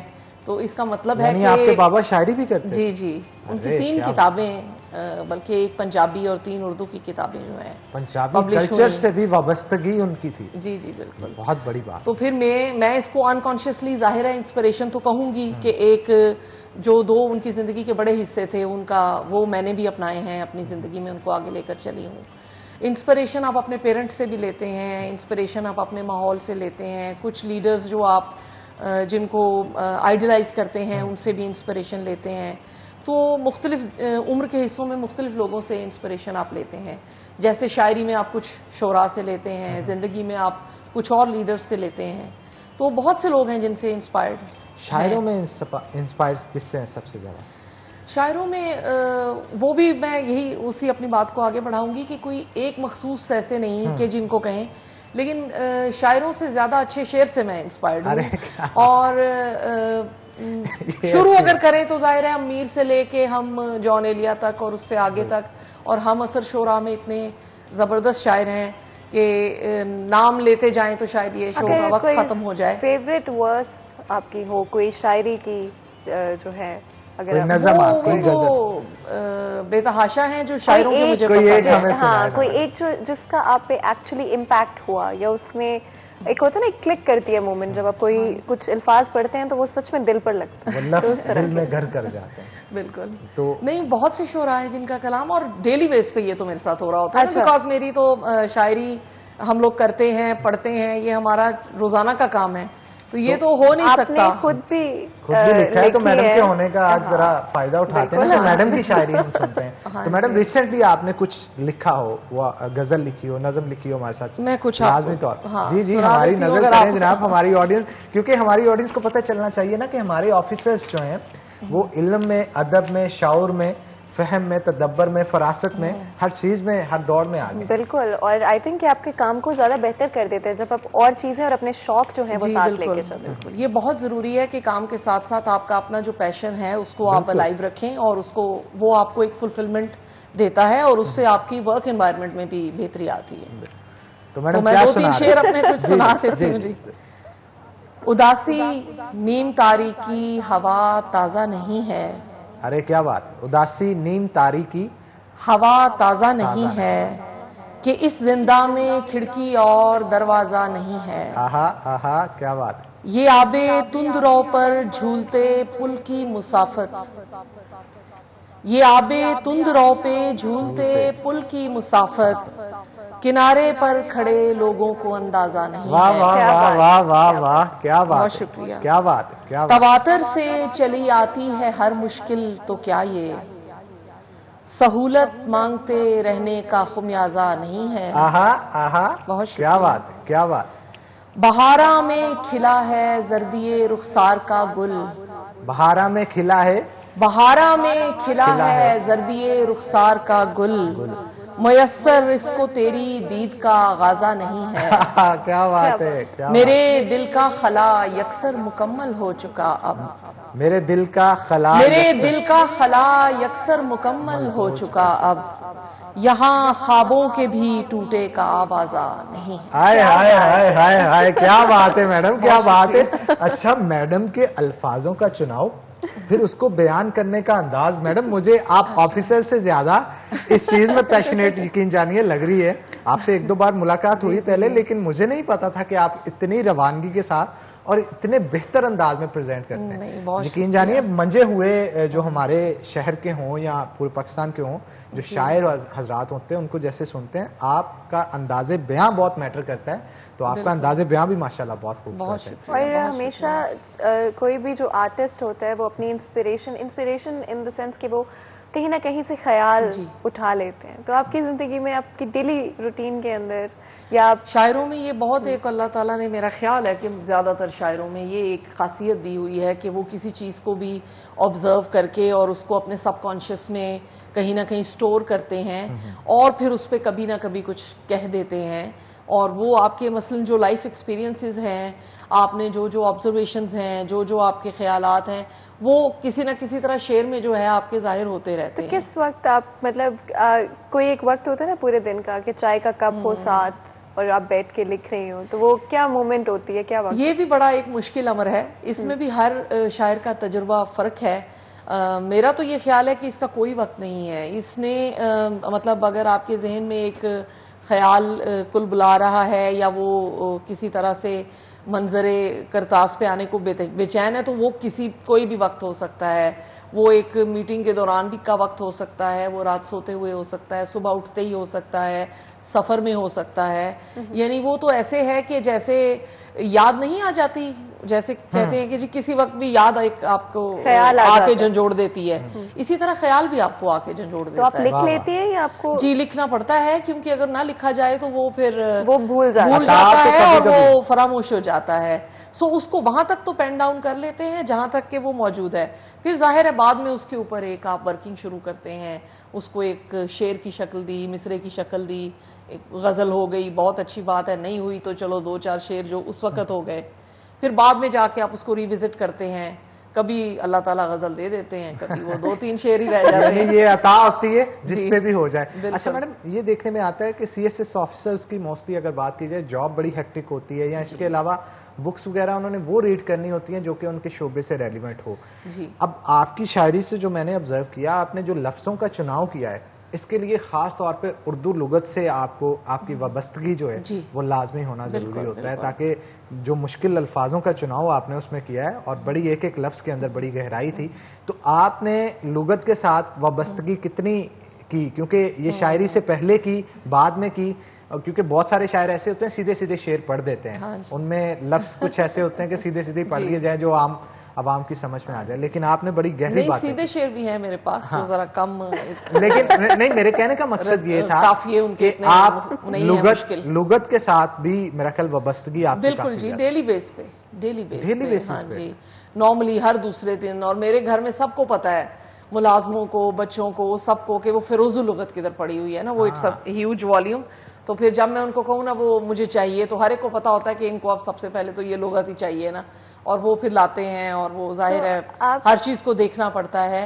इस तरह से लुगत को पढ़ने की बात नहीं है, लेकिन ये बात है कि अगर आपने किसी भी चीज का, किसी भी लफ्ज का तलफ़ुज़ देखना है, ये देखना है कि फारसी का लफ्ज है, अरबी का लफ्ज है, इस पे एहराब किस तरह लगे हैं, एहराब वो सब आपने देखना है, उसका वजन देखना है, उसको प्रोनाउंस कैसे करना है, तो उसके लिए आपको लुगत की जरूरत है। मैडम अगर बात की जाए, जब किसी शायर की ऑब्जर्वेशन को देखा जाता है, उसके जहन में कोई तखय्युलाती ख्याल उसके जहन में आता है, उसको लफ्जों में किस तरह से पिरोना है, ये एक हुनर होता है। वरना सोच तो हर एक की होती है, टीवी हर कोई देख रहा है, हाथों में चीजें हर कोई देख रहा है, किसी सबकी हरकतों सकनात हर कोई देख रहा है, लेकिन उनको लफ्जों में पिरोना ही एक शायर का काम होता है। तो उसके लिए आपके ख्याल जब जहन में आता है, उसके लिए लफ्ज ना मिले, तो फिर लुगत से आप रुजू करते हैं? नहीं, ख्याल अगर आता है और उसके लिए लफ्ज ना मिले, ऐसा होता बहुत कम है। कुछ ख्याल ऐसे होते हैं जिनके लिए लफ्ज नहीं मिलते, लेकिन फिर वो कभी लफ्जों में तब्दील भी नहीं कभी होते। ऐसे हुआ कि आपने कोई मतलब एक नॉर्मल ख्याल आपके माइंड में आया हो और आपने लुगत से उसको, उसके कोई ऐसे अल्फाज चुने हों जिनसे वो उसका जो इम्पैक्ट है, उसका जो इफेक्ट है, उसकी जो ताकत है वो ज्यादा हो जाए? कभी ऐसे हो? उसमें नॉर्मली ऐसा नहीं होता, ख्याल के साथ ही आपको लफ्ज मिलते हैं जिनमें आपने उनको एक्सप्रेस करना है। लेकिन कभी ऐसा होता है कि किसी का आपको ऐसा मुतरादिफ लफ्ज मिल जाए लुगत से कि जो आपको लगे कि जी इस मिसरे में वो ज्यादा बेहतर बैठेगा और वो ज्यादा इस चीज को जो है सलासत से बयान कर देगा या उसको ज्यादा एक्सपैंड कर देगा उसके मानी को, तो इस तरह की मदद लुगत से मिल सकती है। लेकिन लुगत सामने रख के शायरी नहीं हो सकती, ये कंफर्म है। ये बिल्कुल है, बिल्कुल आर्टिस्ट को कैद नहीं किया जाता। हाँ जी, ये आपकी अपनी जाहिर है कि आपने खुद उस चीज को सारे को बुनना है, जैसे उन्होंने बात की है, उस सारे को पिरोना है, उस सारे को सेट करना है। तो मैडम कोई एक और हमें गजल या नज़म? अब तो आपको मेरे ख्याल है कोई आसान नहीं आसान सी का मेरे कहने का मकसद वो नहीं था। मेरे कहने का मकसद ये था कि आपकी वाबस्तगी मुझे काफी गहरी लगती है। बिल्कुल बिल्कुल। तो आप कुछ भी हमें सुनाए जो भी आपने लिखा है, क्योंकि जो सुना है वो तो बहुत अच्छा था। बहुत अच्छा। मैं सुनाती हूँ जी आपको, एक छोटी बहर की गजल सुनाती हूँ। अरे क्या बात। हर सदा थक के लौट आई मेरी, हर सदा थक के लौट हर सदा थक के लौट आई मेरी, कोई सुनता नहीं दुहाई मेरी। आहा आहा, क्या बात है। बाद में मुंह के बल गिरी हूं मैं, बाद में मुंह के बल गिरी हूं मैं, पहले आवाज डगमगाई मेरी। आहा, क्या बात है, क्या बात है, बहुत खूब मैडम, बहुत खूब। बाद में मुंह के बल गिरी हूं मैं, पहले आवाज डगमगाई मेरी। क्या बात। फिर किसी ने दिखाई करके मुझे, फिर किसी ने दिखाई करके मुझे, फिर मोहब्बत समझ में आई। अरे वाह, क्या बात है, बहुत खूब। दिखाई करके मुझे, फिर मोहब्बत समझ में आई मेरी। बहुत खूब मैडम। जिस कदर देख सुन के लगती है, जिस कदर देख सुन के लगती है, उतनी आसान नहीं रसाई मेरी। हाय हाय हाय हाय हाय हाय मैडम, क्या बात। मैं बचाती हूँ जिसको खिफ़्फ़त से, मैं बचाती हूँ जिसको खिफ़्फ़त से, करने लगता है वो बुराई मेरी। आहा आहा आहा। आ लगा मुझको आखिरी पत्थर, आ लगा मुझको आखिरी पत्थर, अब मुकम्मल है पारसाई मेरी। हाय हाय हाय हाय हाय, बहुत खूब। ये मैडम बहुत स्ट्रांग ऑब्जर्वेशन इन चीजों के लिए चाहिए। लफ्जों को लफ्जों के साथ जोड़ना और उनको कंप्लीटली बयान करना कि अगला जो है वो सुन के उसे एंजॉय भी करे, महसूस भी करे और अपने आप पे वो फीलिंग तारी करे जो शायद उस पर करवाना चाह रहा है। और यही एक आर्टिस्ट की सबसे बड़ी खूबी होती है कि जब आप दूसरों को अपनी उस फीलिंग में, उस इमोशन में आप कैद कर लेते हो और रिलेटेबल इतना होता है। शायरी की सबसे बड़ी खूबी ये है कि उसके साथ आप लोग कनेक्ट कर जाते हैं उस फीलिंग के साथ, और वो उस तरह से आपका एक प्लेटफॉर्म बन जाता है कि और लोग भी चूंकि जिंदगी में उन तजर्बात से गुजरते हैं, लेकिन वो चूंकि एक्सप्रेशंस उस तरह से नहीं कर पाते उस चीज को, तो वो एक शेर से अपने आप को रिलेट करते हैं। हम भी ऑल द टाइम यही कर रहे होते हैं, दूसरों के शेरों के साथ अपने आप को। तो पहली दफा कब था जब आपने, मतलब स्कूल में थी, यूनिवर्सिटी में थी, कोई नॉवल पढ़ा, कोई शेर पढ़े, या मैं आपने शेर अपने तो फादर जी को मतलब देखा? और पैदा होते ही मेरे कानों में शेर थे ना, क्योंकि मेरे फादर पोएट थे और पोएट्स का आना जाना बहुत ज्यादा था, तो वो तो शेर तो हमारे घर में मुसलसल हो रहे होते थे। बल्कि अब्बू की आदत थी कि वो कोई गजल हो गई है या कोई शेर हो गया है तो वो पूरे घर में गुनगुना रहे हैं, हर एक को बैठ के सुना रहे हैं ना, तो वो हमारी तो इस तरह से सूरत हाल थी। बिल्कुल। और तो मैं उसके लिए मुझे नॉवल वो तक जाने की जरूरत नहीं आपकी पड़ी तो actually। ग्रूमिंग ही फिर ऐसे ही हुई तो ना। फिर वो हम मैट्रिक में तकरीबन मैंने अटेम्प्ट किए थे शेर पहली दफा मैं तो नज़्में। चाहूंगी कि हम वो जो पहला शेर आपने लिखा था उसके बारे में और भी बात करें। और of course I am sure हमारी जो ऑडियंस सुन रही है और जिनमें शायद ये आर्टिस्टिक टैलेंट्स है वो बहुत एंजॉय कर रहे हैं हमारी आज की जो कन्वर्सेशन है। कंटिन्यू रखेंगे, लेकिन उससे पहले एक छोटा सा ब्रेक लेंगे। ब्रेक के बाद हाजिर होते हैं, कहीं मत जाएगा।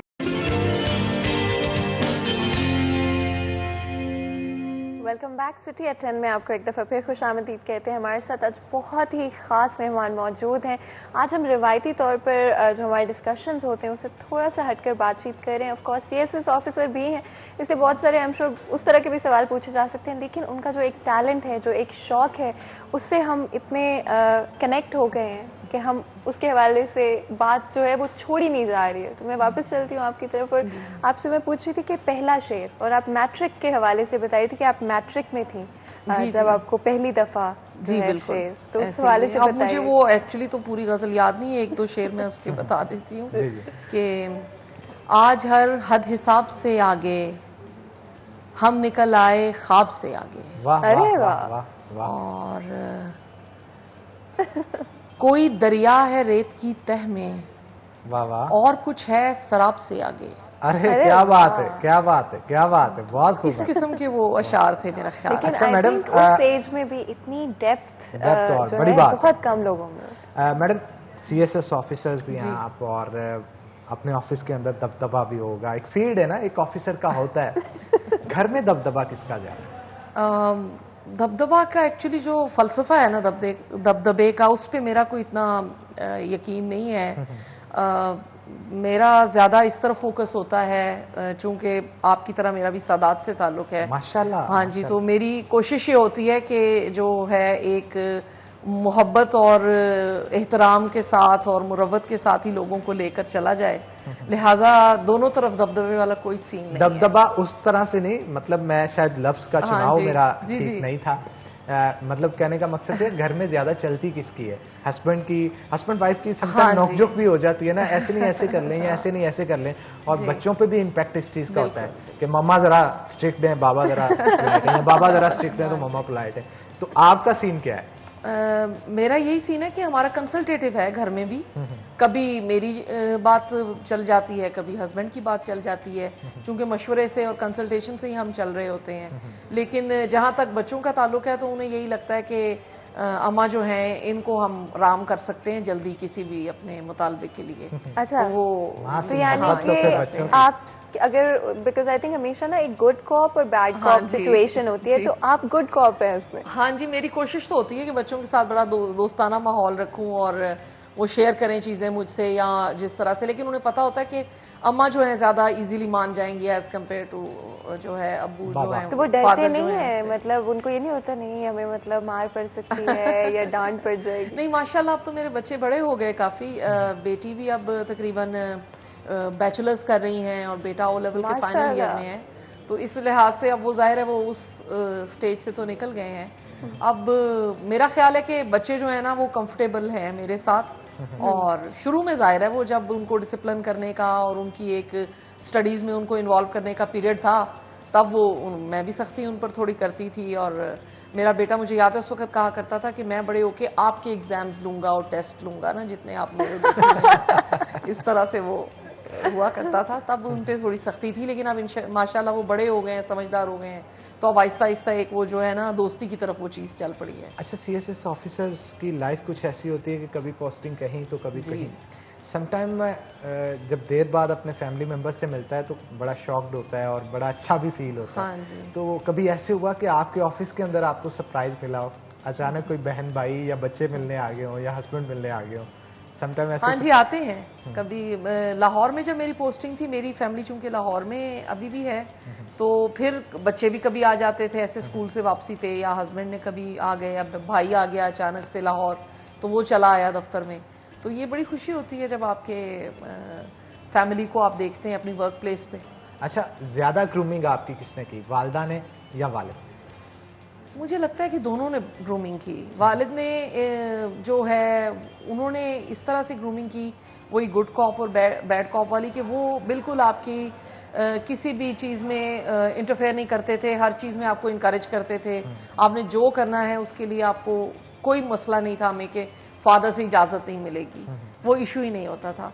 और अम्मी ने हमें बहुत ज़्यादा डिसिप्लिन किया है, अम्मी ने हमारी चीज़ों को स्ट्रीमलाइन किया है, उन्होंने बहुत ज़्यादा इस तरह से हमारी ग्रूमिंग की है कि हमें तमाम जो हैं वो एथिक्स, हमारे अंदर तमाम चीज़ें वो उस तरह से उन्होंने इंस्टिल की हैं। तो वो उनकी तरफ से जो तरबियत का ज़्यादा मेजर पोर्शन है वो अम्मी की तरफ है। आपके जो बच्चे हैं अब, तो उनके क्या गोल्स हैं या क्या वो करना चाह रहे हैं? क्या वो CSS की तरफ आना चाहते हैं या उन्होंने अपनी फील्ड? बिकॉज आई अभी नो तो हाँ जी, एक्चुअली बचपन में तो बंदा बहुत कुछ सोचता है, उसके बाद जूं आप आगे जाते हैं आप अपना चेंज भी कर लेते हैं कैरियर। जैसे मैट्रिक तक मुझे डॉक्टर बनना था, मैट्रिक के बाद नहीं बनना था, सिविल ऑफिसर्स बनना था, सिविल ऑफिसर। इसी तरह बेटी जो है वो पहले डेंटिस्ट का उसका मूड था, अब वो साइकोलॉजी में BS कर रही है, उसका साइकोलॉजिस्ट बनने का एक प्रोग्राम है। बेटा जो है उसका कंप्यूटर्स में जाने का है। फिलहाल तो सिविल सर्विसेज की तरफ ऐसा किसी का नहीं है रुझान, लेकिन यू नेवर नो, 4 या 5 साल बाद डाउन द लेन किसी का हो जाए तो। ये शिफ्टिंग क्या, इसके पीछे क्या मतलब वजह है? क्या हमारे हाँ करियर काउंसलिंग की कमी है, इस वजह से बच्चे बचपन में कुछ और सोचते हैं, आगे जाके शायद हमारा एनवायरनमेंट को, हमारे एनवायरमेंटल स्ट्रेस को, और इवन बहुत सारे लोग इस चीज़ को देखते हुए कि कौन सी जॉब में अर्निंग ज़्यादा है वहाँ से हम अर्न कर सकते हैं, और बहुत सारे लोग अपने शौक पे कंप्रोमाइज़ कर जाते हैं यहाँ पे आके। जी, हमारे यहाँ कैरियर काउंसलिंग की कमी है। हमारे यहाँ कैरियर काउंसलिंग की कमी बहुत है। हमारे यहाँ बच्चे के एप्टीट्यूड को देखा ही नहीं जाता, और इनवेरिएबली उसे ज़बरदस्ती भी कुछ सब्जेक्ट्स रखवा दिए जाते हैं जिसमें उसका नेचुरल ही एप्टीट्यूड नहीं होता। तो वो एक ज़बरदस्ती का एक हमारे पास चलता है, फिर हम फाइंड आउट नहीं करते इस बच्चे का पैशन क्या है, इस बच्चे का एप्टीट्यूड क्या है, कि उस तरफ उसको ग्रूम करें तो जाहिर है वो ज़्यादा खुश भी रहेगा और तरक्की भी करेगा। और अपने शोबे में अगर आप अच्छे हों या बेस्ट हों तो आपकी कमाई फिर इतना बड़ा मसला नहीं रहती, वो ऑटोमेटिकली उसका एक बाय प्रोडक्ट होती है कि आप अपने पैशन को भी फॉलो कर रहे हैं and then you are getting paid for it as well. लेकिन ये है कि हमारे माशरे में ये मसला है, बच्चों को भी आइडिया नहीं है कि उनका क्या पैशन या एप्टीट्यूड है, वो खुद भी डिस्कवर करने के लिए हमने उनको एनेबल नहीं किया। और हमारे स्कूल्स और कॉलेजेस में भी जो है ना इतनी अच्छी कैरियर काउंसलिंग नहीं हो रही, इतने आई थिंक स्पेस ही नहीं देते हैं कि आप अपने दिमाग से कुछ सोच सको। कुछ फील्ड्स हैं जिनकी तरफ उनको कहा जाता है कि नहीं आप इस तरफ। अभी भी मैंने पेरेंट्स देखे हैं, वो आते हैं, वो इंसिस्ट करते हैं कि जी नहीं हमारे बच्चे ने साइंसेज ही रखनी है O लेवल्स में या मैट्रिक में, या उसने साइंसेज ही रखनी है FA में, इसने इंजीनियरिंग ही करनी है, इसने डॉक्टर ही बनना है। अगरचे ये कम हो गया है इंसिडेंट्स हमारे से पिछली, मतलब हमारी नस्ल में बहुत ज्यादा था ये, पैदा होते ही डिसाइड हो जाता था तकरीबन क्या बड़ा इशू बन जाता था अगर कुछ और जी। और अगर साइंस छोड़ के कोई आर्ट्स रख रहा है या कोई और सब्जेक्ट रख रहा है तो वो तो एक पूरे घर में सफ़े मातम बिछ जाती थी और इस तरह नालायक समझा जाता था उस बच्चे को। जी बिल्कुल। हालांकि उसकी नालायकी के उसके सब्जेक्ट्स के साथ क्या ताल्लुक, बिल्कुल ऐसे, उसकी कॉम्पिटेंसी को आप सब्जेक्ट्स के साथ मेजर नहीं कर सकते। लेकिन आजकल के दौर में ये चीजें चेंज हो रही हैं और उम्मीद करते हैं कि आने वाले दिनों के अंदर मजीद भी चेंजिंग आई। तो मेरी बेटी ने तो खुद साइकोलॉजी पढ़ी, खुद उसमें इंटरेस्ट शो किया, खुद A लेवल्स में उसने रखी, उसे पसंद आई तो उसने उसको परस्यू किया। तो हम तो बच्चों को वो परस्यू करा रहे हैं जो उनको पसंद है, बल्कि मेरे बेटे को ड्रामा बहुत पसंद है तो उसने O लेवल्स में वो भी सब्जेक्ट रखा हुआ है और हो सकता है वो उसको A लेवल में या आगे कहीं कंटिन्यू करे। नहीं जरूर, हमारे यहाँ अच्छे आर्टिस्टों की और पढ़े लिखे आर्टिस्टों की बहुत कमी है मैडम। हमारे यहाँ मोस्टली आर्टिस्ट वही हैं जो हमारे मुआशरे को ऑब्जर्व करके बने। जी। एक प्रॉपर जो स्टडी करवाई जाती है ना, एक ट्रेनिंग होती है, ट्रेनिंग एक एक्टर की, इसका ट्रेंड बहुत कम है। और ट्रेंड कोई भी अगर आर्टिस्ट की अगर हम बात करें तो अगर अनट्रेंड और सिर्फ पैशन की बेसिस पे इतना टैलेंट है तो अगर आप ट्रेंड हो तो कितना आप अच्छी तरह चीजों को लेकर पोटेंशियल बहुत ज्यादा है। बिल्कुल। आपने शिफ्ट कैसे किया मैडम, मतलब पहले ख्याल मेडिकल का और देन इस तरफ आई, क्या चीज थी जिसने आपको इन दोनों तरफ आने के लिए जो है वो मेडिकल की तरफ तो इसलिए था कि मुझे साइंसेज में मेरे मार्क्स वगैरह बहुत अच्छे आते थे और जाहिर है कि वो उस लिहाज से मैंने ये सोचा हुआ था। लेकिन मैट्रिक में मुझे केमिस्ट्री से थोड़ा प्रॉब्लम हो गया। I would sorry sorry to say it on the TV because there may be people who like chemistry. लेकिन मुझे वो लगा कि ये काम जो है ना बड़ा मुश्किल है, ये नहीं हो पाएगा। और उस वजह से फिर मुझे दूसरा ये भी था कि settling down as a doctor means के 10 to 15 years more of study. पहले 5 ईयर्स, पहले आप FA करें, फिर आप 5 ईयर्स MBBS करें, फिर आप स्पेशलाइजेशन करें। So it was a very long journey towards being a doctor. फिर मुझे मैथ्स में ज़्यादा इंटरेस्ट था। फिर उसके बाद मैंने जब FA में इकोनॉमिक्स और स्टैटिस्टिक्स रखी तो मेरा उसमें नेचुरली ज़्यादा इंटरेस्ट डेवलप हो गया। फिर इस साइड पे मैं आ गई। बिल्कुल। और आप बता रही थी कि CSE एग्जामिनेशन के लिए आपने 1.5 ईयर प्रिपरेशन की थी। उस हवाले से भी बताइएगा किस तरह का पीरियड था, कितनी मेहनत लगी, कितना वक्त लगा, क्योंकि आई थिंक बहुत सारे बच्चे even at the moment CSS की तैयारी कर रहे होंगे, तो हो सकता है कि आपकी इंकरेजमेंट से उनकी जो जर्नी है वो थोड़ी आसान हो जाए, उनको थोड़ा हौसला मिल जाए। मेरा ख्याल है इसमें इतना मुश्किल नहीं है। आप अगर परसिस्टेंटली पढ़ते रहें, और इसके लिए कोई दिन रात पढ़ने की ज़रूरत नहीं है। 5 to 6 आवर्स अ डे भी अगर आप तसल्ली से और ध्यान से पढ़ लें तो it is more than enough. बच्चों को मेरा ये पैगाम होगा कि जो आपके सब्जेक्ट्स हैं जिनमें आपने मास्टर्स या बैचलर्स किया है वो ज़रूर रखें सिविल सर्विसेज की एग्ज़ाम्स की तैयारी में, क्योंकि मेरे पास स्टैटिस्टिक्स मैंने रखा था और उसने मुझे बहुत अच्छे मार्क्स उसकी वजह से मुझे मिले हैं। तो जो सब्जेक्ट आपका अपना होम ग्राउंड है, जिसमें आपने बैचलर्स या मास्टर्स किया, वो ज़रूर आप उसको टेकअप करें बिल्कुल। क्योंकि यहाँ पे लोग ये करते हैं, बच्चे ये करते हैं कि जी वो फलान सब्जेक्ट में चूंकि बहुत मार्क्स आ रहे हैं आजकल तो वो हम रख लेते हैं, ये सोचे बगैर कि उसका आपका एप्टीट्यूड है या वो आप कर पाएंगे, या आसानी की बेसिस पे नहीं बल्कि इस बेसिस पे कि आपका पर्सनल क्या एक्सपीरियंस है, आपकी क्या एक्सपर्टीज है, उस बेसिस पे जो है सब्जेक्ट्स रखने चाहिए। बहुत बहुत शुक्रिया करेंगे हमारी स्पेशल गेस्ट का जिन्होंने हमें ज्वाइन किया आज। बहुत बहुत शुक्रिया आपका, और बहुत ही अच्छी इन्फॉर्मेशन जो है आई थिंक हम अपनी ऑडियंस तक पहुंचा चुके हैं। चार चांद मैडम ने आज अपनी शायरी के साथ हमारे स्टूडियो अरे और हमारे शो को लगा दिए। बड़ा शुक्रिया मैडम आपका, आज आपने आप लोगों का बहुत शुक्रिया इनवाइट करने का। It has been a wonderful experience. Thank you very much. इसी के साथ नाज़रीन आज के प्रोग्राम से अपने मेजबान हन्नान बुखारी और फातिमा नासिर को इजाजत दें। अपना बहुत बहुत ख्याल रखें। हम मिलेंगे आपसे अगली दफा। तब तक के लिए अल्लाह हाफिज।